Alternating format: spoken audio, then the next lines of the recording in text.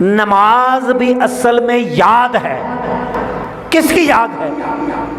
امام طحاوی رحمۃ اللہ علیہ المعانی الاثار میں فرماتے ہیں کہ نماز فجر یاد ہے سیدنا آدم علیہ السلام کی، کہ جب رب نے توبہ قبول کی، اللہ نے نوازا تو شکر ادا کیا. تو شکر کیسے ادا کیا؟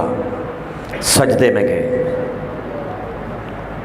2 رکعت نیت کی، 2 رکعت کی. ان کے نفل ہمارے فرض، بندے بندے میں فرق ہوا یا نہ ہوا؟ ان کے نفل ہمارے فرض. وہ حضرت آدم علیہ السلام ہیں، ہم اولاد ہیں. وہ نبی ہیں، ہم عام ہیں. اپنے سٹیٹس کو بھی تو سمجھو کہ ہم کیا ہیں، وہ کیا ہیں. شیطان یہ درس دیتا ہے کہ ہم سب برابر ہیں. برابر تلک الرسل فضلنا بعضهم علی بعض، ہیں تو سارے رسول ہی، لیکن ان میں سے بھی بعض کو بعض پہ فضیلت ہے. رسول تو ایک ہی رب کے ہیں، پیغام تو ایک ہی علاقہ لے کے ہیں، لیکن پھر بھی فضیلت ہے. تو حضرت آدم علیہ السلام نے نفل کی نیت کی، 2 رکعت نفل کی. انہوں نے شکرانہ ادا کیا. مولا تیرا کرم ہے، تو نے نوازا، میری جولی کو بھر دیا. چونکہ شکرانہ ادا کیا، اللہ کو اپنے محبوب پیغمبر کا شکرانہ ادا کرنے کا انداز اتنا بھلا لگا. وقت فجر کا تھا، شکریہ کا انداز سیدنا آدم علیہ السلام کا، بیان کرنے کا انداز سیدنا آدم علیہ السلام کا، کہ سیدنا آدم علیہ السلام نے پڑھے 2 نفل. نماز فجر کے 2 نفل پڑھے. وقت فجر 2 رکعت نفل شکرانے کے. سانو وقت چپا دیتا کہ نہیں؟ سوچنے والی بات ہے. انہوں نے تو 2 رکعت نفل پڑھی شکرانے کی. فرض ہو گئے نا ہمارے اوپر، کچھ چھوڑ کے دکھائے. فرض ہے، فرض کا تارک جہنم میں. مسلسل نماز چھوڑنے والا، من ترک الصلاۃ متعمدا فقد کفر، جس نے جان بوجھ کر نماز چھوڑی اس نے کفر کیا. تو جو کفر کرتا ہے اس کو کیا کہتے ہیں؟ کافر. تو نماز جنہیں چھڈی ہو تو کافر ہو گیا. کسی مولوی کے پاس فتویٰ لینے کی ضرورت نہیں ہے، سرکار کی حدیث ہے، من ترک الصلاۃ متعمدا، جان بوجھ کے نماز چھوڑی. جتنی مرضی میلاد کی محفلیں سجاتے پھرو، جتنی مرضی 11ویاں مناتے پھرو، جتنی مرضی بگڑے ڈالتے پھرو، ملنگ بنتے پھرو، اگر نماز نہیں پڑھتی تو پھر کچھ بھی نہیں ہے. جھوٹا ہے آپ کا عشق، جھوٹی ہے آپ کی نسبت، جھوٹے ہیں سارے یہ آپ کے تعلق، منافقت ہے.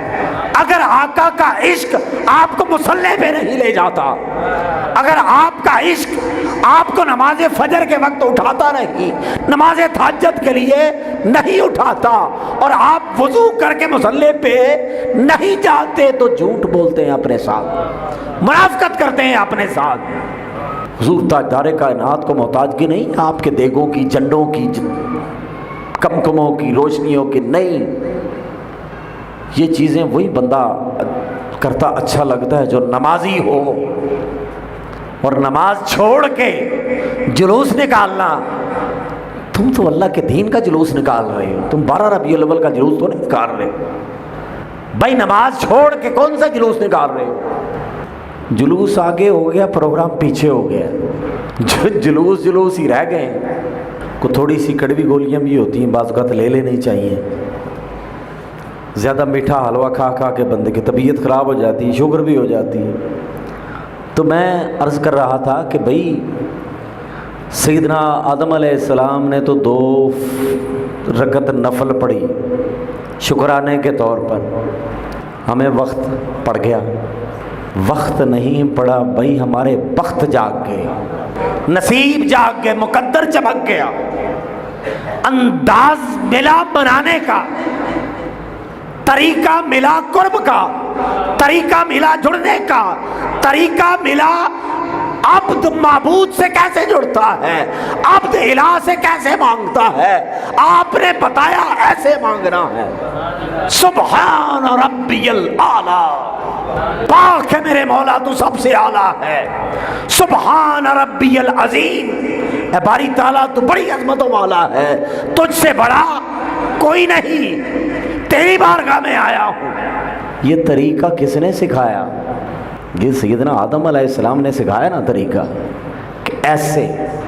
تو آپ بتاتے ہیں کہ نماز فجر یاد ہے سیدنا آدم علیہ السلام کی، تو یاد مناتے ہیں ہم کہ نہیں مناتے؟ حضرت آدم علیہ السلام نے ایک کام کیا، ہم یاد مناتے؟ کوئی انکار کرے میں نہیں مناتا، منہ مسلمان ہے، میں نہیں مناتا بھائی۔ چھوڑ سکتا ہے نماز فجر کو؟ نہیں چھوڑی جا سکتی۔ پھر نماز ظہر کے بارے میں آپ بتاتے ہیں کہ نماز ظہر یاد ہے سیدنا ابراہیم علیہ السلام کی، جب اللہ تعالیٰ نے بڑھاپے کی عمر میں انہیں اولاد سے نوازا۔ سیدنا اسماعیل علیہ السلام، سیدنا اسحاق علیہ السلام، جب یہ ساری دولت ملی، بیٹے ملے تو ایسے بیٹے، ایک کی نسل سے 70,000 پیغمبر، اور دوسرے بیٹے کی نسل سے امام الانبیاء، دوسرے کی نسل سے امام الانبیاء، سارا خزانہ ہی سمیٹ کے لے گئے، سب کچھ ہی لے گئے، نبوت کی ساری خیرات لے گئے۔ سیدنا اسحاق علیہ السلام کی اولاد سے بنی اسرائیل کے سارے پیغمبر، اور سیدنا اسماعیل علیہ السلام، حضور تاجدار کائنات کا سلسلہ نسب ادھر جا کے ملتا ہے۔ تو آپ کو جب یہ ساری نعمتیں ملیں تو آپ نے بھی شکرانہ ادا کیا، آپ نے 4 رکعت نیت کی۔ ہمارے لیے ظہر کے 4 فرض ہو گئے، ان کے نفل ہمارے فرض۔ فرق سمجھ میں آ رہا ہے نا؟ او پڑھن تے نفل، تسی پڑھو تے فرض۔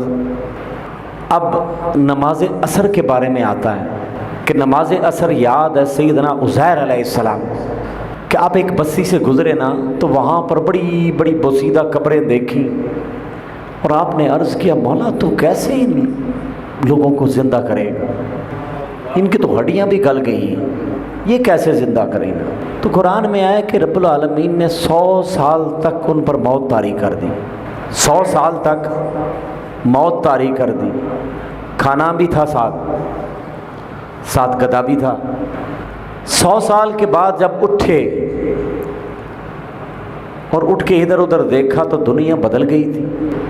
ارشاد ہوتا ہے انظر الی طعامک و شرابک لم یتسنہ، دیکھ اپنے کھانے کی طرف اور اپنے پینے کی طرف، لم یتسنہ، وہ تو خراب نہیں،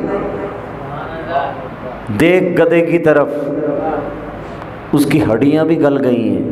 تو پھر رب نے گدے کو زندہ کر کے بتایا کہ کیسے ہڈیوں کے ساتھ گوشت جڑتا ہے، کیسے ہڈیوں کے ساتھ گوشت جڑتا ہے۔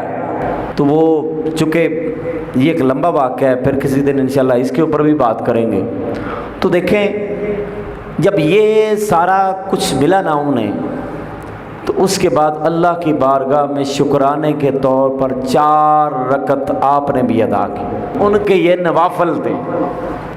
اب نماز مغرب کے بارے میں آتا ہے کہ ایک روایت میں ہے کہ حضرت داؤد علیہ السلام کی یاد ہے، اور ایک روایت میں ہے کہ حضرت ایوب علیہ السلام کی یاد ہے۔ حضرت ایوب علیہ السلام، آپ کو جب بیماری سے شفا یابی ہوئی، کیونکہ بیماری اس قدر طوالت اختیار کر دی کہ جسد اقدس کے اندر کیڑے پڑ گئے تھے، اور کیڑے جسم سے اگر کوئی نیچے گرتا تھا تو اسے اٹھا کے اوپر رکھ دیتے تھے۔ یہ لوگ سمجھ سے باہر ہوتے ہیں۔ پوچھا سرکار کیوں کر رہے ہیں ایسا؟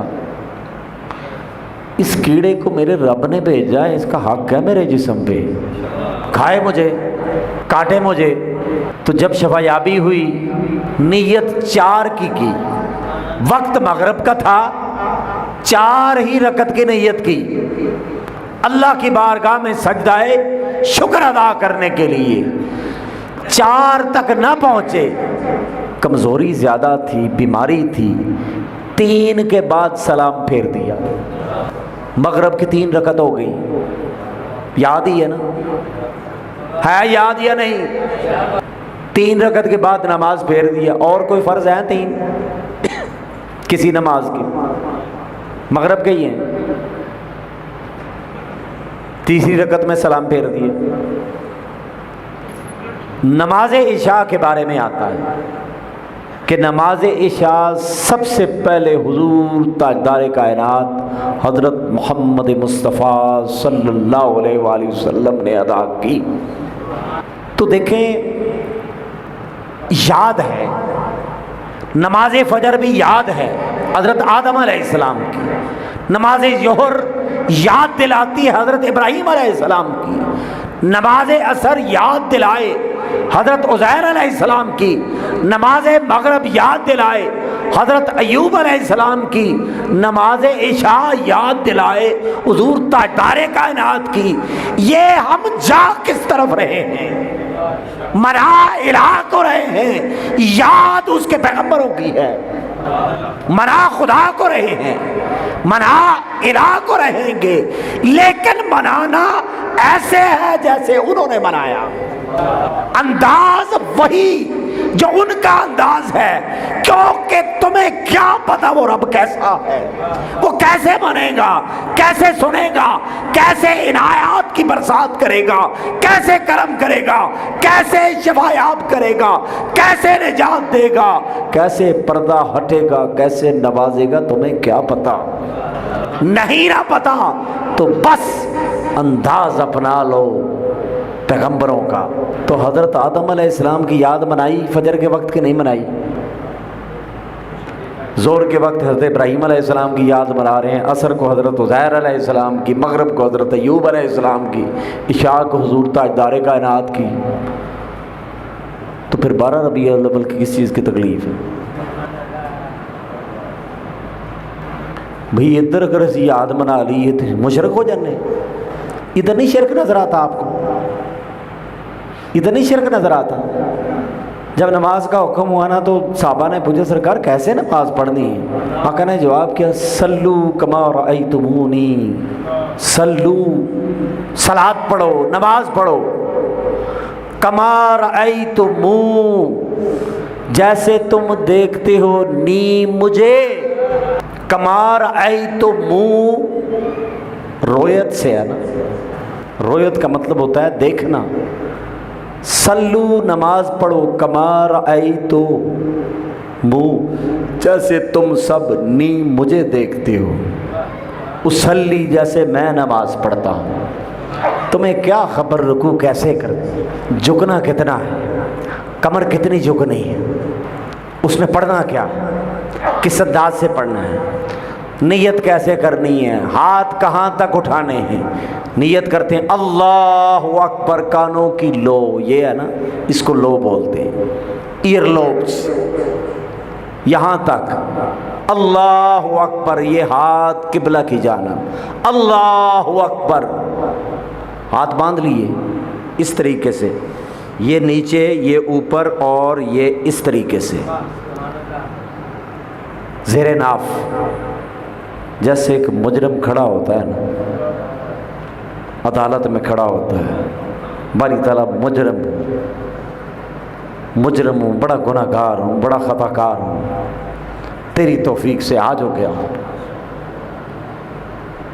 تو نے توفیق دی ہے تو آ گیا ہوں، تیری توفیق نہ ہوتی تو میں نماز پڑھ سکتا کبھی؟ تیری عطا سے، تیری توفیق سے باری تعالیٰ آج ہو گیا ہوں، میں تو کمینہ ہوں، میں تو رذیل ہوں، میں تو گناہ گار ہوں، میں بد اخلاق بھی ہوں، میں گندا بھی ہوں، من بھی گدلا، تن بھی گدلا، اندر بھی تاریکی، باہر بھی تاریکی، مولا تو روشن ہے، تو نور ہی نور ہے، میں تاریکی ہی تاریکی ہوں، گناہ ہی گناہ ہوں، اندھیرا ہی اندھیرا ہوں، بھٹکا ہوا ہوں مولا۔ اب کوئی راستہ نہ ملا، کہیں قرار نہ ملا، کہیں سکون نہ ملا، تیرے حبیب کا فرمان سنا کہ نماز میں سکون ہے، مولا میں بھی چلا آیا سکون لینے کے لیے، میں نے تو بڑی دوڑ لگا لگا کے دیکھ لی، بڑا جھوٹ بول بول کے دیکھ گیا، بڑی 2 نمبری کر لی، لیکن تھک گیا ہوں مولا، اب کچھ نہیں کر سکتا، اب اکتا گیا ہوں مولا، تو ہدایت دے دے۔ اس طلب کے ساتھ نماز میں جب بندہ داخل ہوتا ہے پھر حالت کچھ اور ہوتی ہے۔ تو میں عرض کر رہا ہوں کہ نماز کا بار بار حکم کیوں ہے؟ نبوت کا فیضان بھی انبیاء کو یہ خیرات ملی ہے نا بھئی، کو عام شے ہوتی تو پھر انبیاء کو ملنی تھی ہے، خاص لوگوں کو تو خاص شے ہی ملتی ہے نا، خاص لوگوں کو عام چیزیں تو نہیں ملتی۔ اب اپنے گھر میں اپنے بیٹے کی شادی میں اسپیشل گیسٹ جو بلاتے ہیں ان کا کھانا بھی الگ ہوتا ہے، ان کا سیٹنگ ارینجمنٹ بھی الگ ہوتا ہے، ہر شے الگ ہوتی ہے۔ اور جو اللہ کے نوازے ہوئے ہوں ان کے لیے جو نعمت آئے وہ نعمت کوئی عام تو نہیں ہوگی، وہ نعمت خاص ہوگی۔ یعنی کہ نماز ایک ایسی شے ہے جو پردے ہٹاتی ہے، پردہ ہٹتا ہے، حقیقت کو بندہ پاتا ہے، اور جب حقیقت کا پتہ چلتا ہے اپنے آپ سے نفرت ہونے لگتی ہے، اپنے آپ سے بندے کو گن آتی ہے، شرمندگی ہوتی ہے، ندامت ہوتی ہے، اور جب یہ ندامت ایک لمٹ کو کراس کرتی ہے، حد سے بڑھتی ہے، ندامت جب حد سے بڑھتی ہے ادھر سجدہ ہوتا ہے، ادھر ندامت ہوتی ہے، ادھر پشیمانگی ہوتی ہے، شرمندگی ہوتی ہے، ادھر بندہ ہوتا ہے ادھر معبود ہوتا ہے۔ سبحان ربی الاعلی، باری تعالیٰ اعلیٰ تو ہی تو ہے، اکبر تو ہی تو ہے، عظیم تو ہی تو ہے، میں تو ادنا ہوں، کمتر ہوں، مولا گناہوں کو لے کر آیا ہوں، میرے پاس تو غلاظت ہی غلاظت ہے، میرے خیالات میں بھی گندگی، میری زبان میں بھی گندگی، میرے ہاتھوں میں بھی گندگی، میری نگاہ میں گندگی، میرے ظاہر میں باطن میں ہر شے میں غلاظت ہی غلاظت۔ مولا تو پاک ہی پاک، تو سبحان ہی سبحان، تو اکبر ہی اکبر۔ مولا اپنی شان کبریائی کا فیض عطا فرما، اپنے شان سبحان کا فیض عطا فرما۔ مولا میری تاریکیوں کو بھی دور کر دے، میرے اندھیروں کو بھی دور کر دے، میری ناپاکیوں کو بھی دور کر دے۔ ہر ناپاک نے پاکی تیری بارگاہ سے پائی، ہر بد نصیب نے نصیب تیری بارگاہ سے پایا، ہر حاجت مند نے حاجت تجھ سے لی۔ مولا آج میں بھی اپنی جھولی لے کر آ گیا ہوں، آج میں بھی اپنا کشکول لے کر تیری بارگاہ میں آ گیا ہوں۔ مولا مجھے مایوس نہ لوٹانا، تیری بارگاہ میں تو کمی نہیں ہے، ہر ایک کو بھی نواز دے تو کمی نہیں ہے، تو مولا تیری بارگاہ میں آ گیا ہوں۔ بندے یہ طریقہ کہاں سے سیکھا تو نے؟ مجھے منانے کا طریقہ کیسے ملا؟ کس نے کہا کس وقت آؤ؟ کس نے بتایا کب آؤ؟ تجھے تو پتہ ہی نہیں میرا ٹھکانہ لا مقام ہے، نہ میں آپ کے علم میں، نہ آپ کے خیال میں، نہ آپ کے ادراک میں۔ تمہیں کیسے پتہ چلا میرا؟ کہاں سے پتہ چلا؟ Do you have any reference? کیسے پتہ چلا؟ مولا تیرے حبیب سے پتہ چلا کہ تو ہے۔ نعبد الہک و الہ آبائک ابراہیم اسماعیل و اسحاق، ہم عبادت کرتے ہیں الہ کا، آپ کے الہ کی، و الہ آبائک، آپ کے آبا و اجداد کے الہ کی۔ سانو تے الہ دا پتہ نہیں، کون سا الہ؟ جو آپ کا الہ ہے، جو آپ کے آبا و اجداد کا الہ ہے۔ آپ مجھے لا کے بتائیں نا کون سا الہ ہے؟ کوئی دلیل دے سکتا ہے کیڑا رب ہے ساڈا؟ ہمارا رب تو وہ ہے جو رب مصطفیٰ ہے، ہمارا رب تو وہ ہے جو رب ابراہیم ہے، جو رب اسماعیل ہے، رب اسحاق ہے، رب آدم ہے۔ ہم تو اس رب کو رب مانتے ہیں، ہمارے پاس تو اسی رب کا پتہ ہے۔ نعبد الہک و الہ آبائک، ہم عبادت کرتے ہیں آپ کے الہ کی۔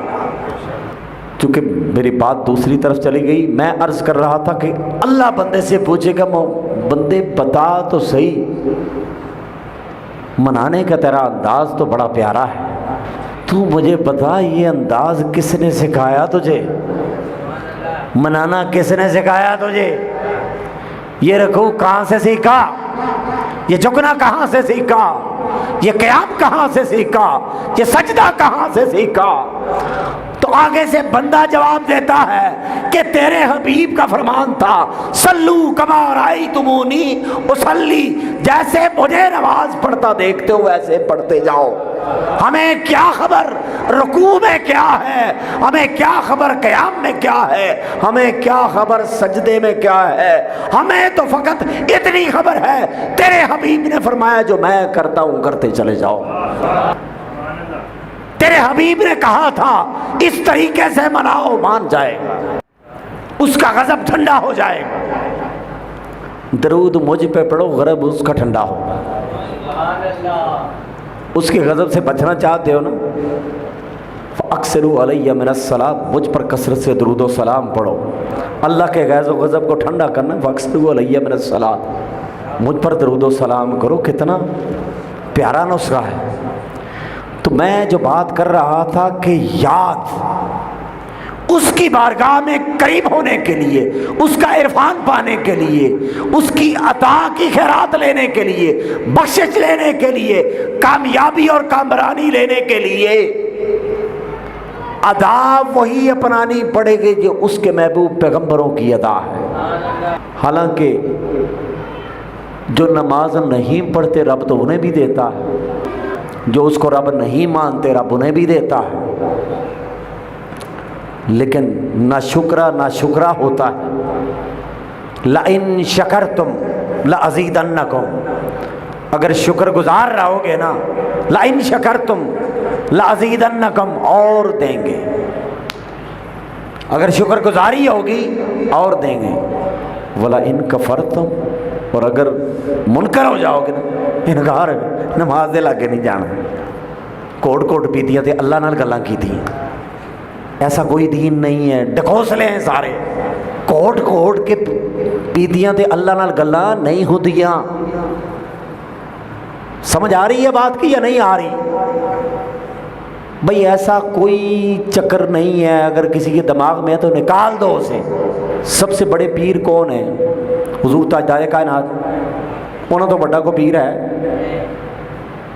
انہوں نے مرید سیدنا صدیق اکبر، سیدنا فاروق اعظم، سیدنا عثمان غنی، سیدنا حیدر کرار، عشرہ مبشرہ، 1.25 لاکھ صحابہ، سارے ہی نمازی۔ آگے تابعین، تبع تابعین، صالحین، متقین، اولیاء، صالحین، ایسے ہی ہے نا۔ سوٹا لاؤ تو پیالہ چاڑو تو موج ہے۔ او خدا را، ان چیزوں کو چھوڑو، ہدایت کی طرف آؤ۔ نماز چھوڑ کے کوئی کام بھی آپ کا سرے نہیں چڑھنا۔ نماز کا بار بار اسی لیے کہا گیا کہ نماز چھوڑ کے آپ سب کچھ ہو سکتے ہو، الہ کے قریب نہیں ہو سکتے، خدا کے قریب نہیں ہو سکتے۔ جس کو بھی خدا ملا نماز میں ملا۔ تہجد کا معمول بزرگان دین کا کیوں تھا؟ ہے تو نماز ہی نا۔ فرائض کے بعد بونس لینا تو پھر ایکسٹرا محنت کرنا پڑے گی۔ فرض تے سارے ہی پڑھ دینے نا، 5 تے سارے ہی پڑھ دینے۔ آپ کچھ اگلی چیز چاہتے ہو نا تو پھر کام بھی اگلا کرو نا۔ راتوں کو ذرا اٹھو نا، تتجافا جنوبهم عن المضاجع ويدعون ربهم خوفا وطمعا۔ رات کا وقت ہوتا ہے، لوگ آرام کر رہے ہوتے ہیں، خراٹے لے رہے ہوتے ہیں۔ تتجافا جنوبهم عن المضاجع، ان کے پہلو بستروں سے الگ ہو جاتے ہیں۔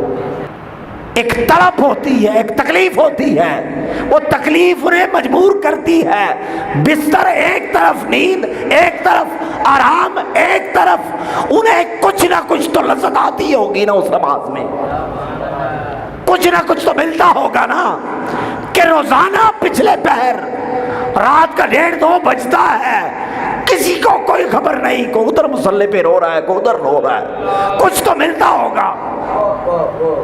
بنا ملے تو ہم لوگ تو کہیں نہیں جاتے، کچھ تو ملتا ہوگا نا وہاں پہ، اور کچھ نہیں بہت کچھ ملتا ہے۔ جو ادھر ملتا ہے وہ کہیں نہیں ملتا۔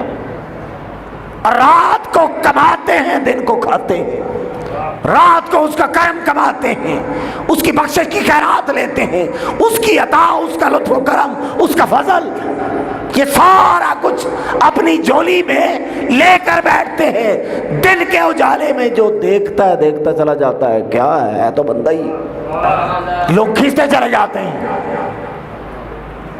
جو آنکھ اس کی بارگاہ میں حالت سجدہ میں روئے، حالت قیام میں روئے۔ سیدنا فاروق اعظم رضی اللہ تعالیٰ عنہ کے بارے میں ایک حدیث میں نے پڑھی ہے، آپ حالت نماز میں سورہ یوسف کی تلاوت کر رہے تھے، اور جب اس مقام پر آئے وَبْيَضَّتْ عَيْنَاهُ مِنَ الْحُزْنِ وَهُوَ كَظِيمٌ فَهُوَ كَظِيمٌ، اور سیدنا یعقوب علیہ السلام کی آنکھیں سفید ہو گئی غم سے، لیکن سہتے رہے۔ جب یہ آیت پڑھی تو آپ کی ہچکی بند گئی۔ سیدنا فاروق اعظم پیکر جلال قرآن پڑھ رہے ہیں، غم یوسف میں سیدنا یعقوب علیہ السلام کی آنکھیں سفید ہو گئی، بینائی جاتی رہی، غم کو پھر بھی برداشت کرتے رہے۔ یہ غم اتنا پیارا تھا، اس کیفیت کو، اس یاد کو سیدنا فاروق اعظم نے محسوس کیا نا۔ تو بھائی اگر ہم 12 ربیع الاول کی کیفیت کو محسوس کریں تو جو لوگ اعتراض کرتے نہ دین کی دیال کا پتہ ہے، نہ یہ کا نہ ان کا، بس اتنا ہی پتہ ہے جو ربیع الاول کی بات کرے وہ مشرک ہے، وہ بدعت ہی۔ تو نماز فجر پڑھنے والا بھی پھر بدعت ہی ہوا۔ یہ بھی تو یاد ہے، ظہر بھی یاد ہے، عصر بھی یاد ہے، مغرب بھی یاد ہے، عشاء بھی یاد ہے۔ اس سے تھوڑا آگے چلیں چونکہ وقت زیادہ ہو چلا ہے، حج کے سارے ارکان یاد ہی ہیں۔ حج کے بارے میں آتا ہے نا کہ بھائی حج جو بندہ کرتا ہے اس کے گناہ ایسے دھل جاتے ہیں جیسے اپنی ماں کے پیٹ سے ابھی پیدا ہوا ہے۔ حج میں ہوتا کیا ہے؟ احرام اگر پہنا نہیں دیکھا تو ہوا ہے نا، پہنے ہوئے کسی کو ٹی وی پہ دیکھا ہوا ہے نا، 2 چادریں احرام میں، 2 چادریں، ایک تہ بند ہے ایک اوپر ہے، 2 چادریں ہیں۔ کوئی سعودیہ سے ہے تو اس کا لباس بھی وہی، کوئی پاکستانی کا لباس بھی وہی، امریکہ والے کا بھی وہی، بادشاہ کا بھی وہی، فقیر کا بھی وہی، بگدے کا بھی وہی، ہر ایک کا وہی۔ تیری دربار میں پہنچے تو سبھی ایک ہوئے، ایک ہی لباس۔ بولا یہ لباس تجھے اتنا اچھا کیوں لگتا ہے؟ لباس تو ہر اس چیز کو کہتے ہیں جو آپ کا 70 ڈھانپ دے۔ تو کیا 70 ڈھانپا نہیں جاتا؟ پینٹ شرٹ کے اوپر ٹائی پہن لیں تو کیا 70 نہیں ڈھانپا جاتا؟ ڈھانپا جاتا ہے۔ دھوتی پہن کے جائیں پھر بھی 70 ڈھانپا جاتا ہے، شلوار قمیض پہن کے جائیں پھر بھی 70 ڈھانپا جاتا ہے۔ ہر علاقے کا اپنا کلچر، اپنا لباس، ہر شے اپنی۔ لیکن جب اس کی بارگاہ میں جانا ہے، جب حرم میں جانا ہے، حرم تو بڑی دور ہے، جب میقات پہ پہنچو، حرم تو دور ہے، ادھر سے جب ارادہ کرو آپ، اب میقات بنے ہوئے چونکہ ایک موضوع الگ ہے، تو اس سے پہلے احرام آپ نے پہننا ہے، غسل کر کے پاک ہو کے احرام پہننا ہے۔ اب اللہ کا حکم ہے احرام پہننا ہے، اور کوئی لباس نہیں چلنا۔ نماز تو کہتے ہیں نا امامہ شریف باندھ کے پڑھو سنت ہے، ٹوپی پہن کے پڑھو سنت ہے۔ احرام کے اوپر کوئی ٹوپی نہیں، کوئی امامہ نہیں، کچھ نہیں، ننگے سر اوپر کوئی چیز نہیں لینی۔ کیا یہ لباس خدا کا ہے؟ کیا اللہ ایسا لباس پہنتا ہے؟ کیا یہ لباس فرشتوں کا ہے؟ فرشتوں کا لباس بھی نہیں ہے، خدا کا لباس بھی نہیں ہے، تو مولا یہ کس کا لباس ہے؟ آگے سے جواب آتا ہے لوگوں یہ لباس میرے پیغمبروں کا ہے۔ جب میری بارگاہ میں آئے تو 2 چادروں میں آئے اور رنگ بھی سفید تھا۔ اب جیسے آدم علیہ السلام نے مجھے بنایا، جیسے سیدنا ابراہیم علیہ السلام نے بنایا، سیدنا اسماعیل علیہ السلام نے بنایا، لباس وہی چلنا ہے۔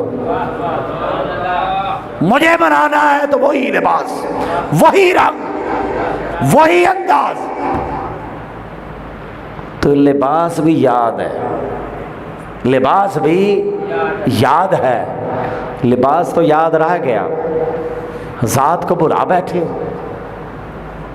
لباس یاد رہ گیا، ذات کو بلا بیٹھے ہو۔ تو میں عرض کر رہا تھا کہ اب چونکہ وقت کافی ہو چلا ہے، انشاءاللہ ہفتے والے دن مزید اس چیز کے اوپر بھی ہم ایک پروگرام کریں گے کہ میلاد النبی کی شرعی حیثیت کیا ہے، شریعت میں یہ کیا ہے، اور خدا را ان چیزوں سے بچا کریں، سیکھیں، ان لوگوں سے سیکھیں جو سیکھے ہوئے ہیں، ٹھیک ہے نا، اور جو پہلے سے کسی سے سیکھتے ہیں، جنہوں نے کسی کے پاس جا کے کچھ سیکھا، ان سے سیکھیں، اور بغیر سیکھے شیطان ہے۔ اللہ تعالیٰ محفوظ فرمائے۔ وآخر دعوانا الحمدللہ رب العالمین۔